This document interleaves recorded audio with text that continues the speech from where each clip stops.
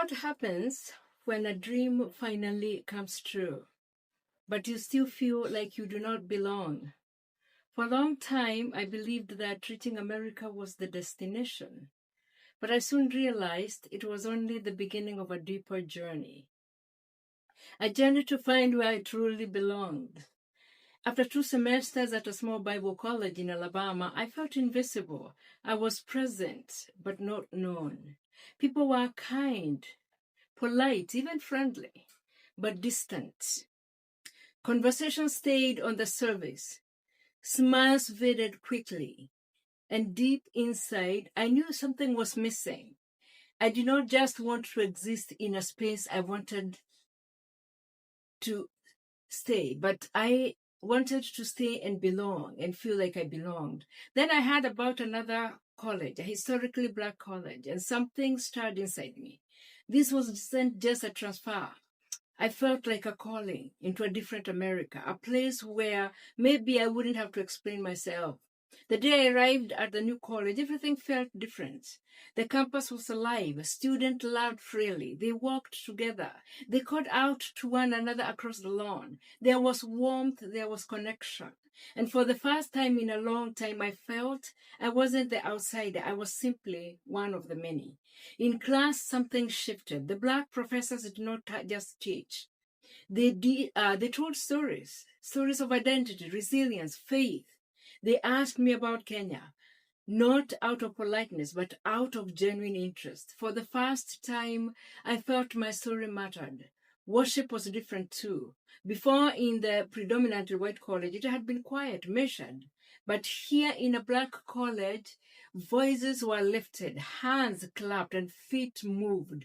Faith was not just something they believed, it was something they felt, something you lived. And in the space, I was no longer invisible. I felt I was seen, I belonged. That's where I met PR, a young man. Through him, I found community. People who didn't just accept me, they embraced me, and I learned something powerful.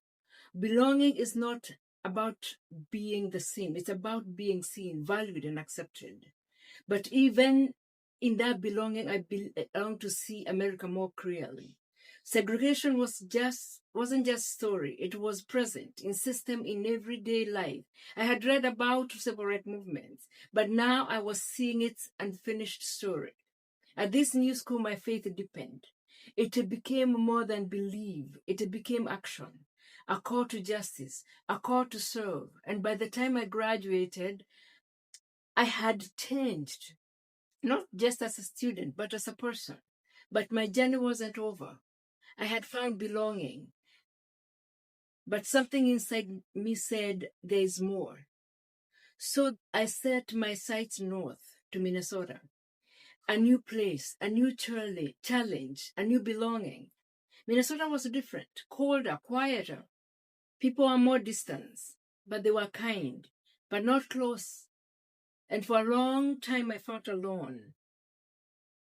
But slowly something began to grow. I found other international students, people who understood displacement, people who understood longing. And I realized something. Home is not always a place. Sometimes home is something you carry within you. My journey taught me this. Belonging is not something you arrive at once. It is something you discover again and again, in people, in purpose, in faith, and sometimes in the most unexpected places. If this story speaks to you, subscribe, click the reminder button, and join me next week as we continue this journey of identity, faith, and belonging. And please let me know in the comment section. Have you ever felt alone, even when you're surrounded by people? Have you ever felt invisible? As I mentioned, my experience in a predominantly white college in Alabama and in a predominantly Black college in the same place were very, very different. In one place, I felt that, yes, people are friendly, but I didn't quite belong. In the other place, I met people who had wanted to reach out to me. I met Pierre. Pierre was an African American man who told me so much about their history. And I also shared so much about our history in Kenya. And we felt connected. But then when I left, I went to Minnesota. It was different. It was the same America, but very different in different ways. And I continued feeling isolated. I continued feeling alone. But after a while, I was able to make a few friends. And I continued to learn. And I continued to know and to find out that home is what you made it to be. Home is not a place. Home is a feeling. It's where you feel connected. It's where you feel loved. It's where you feel visible.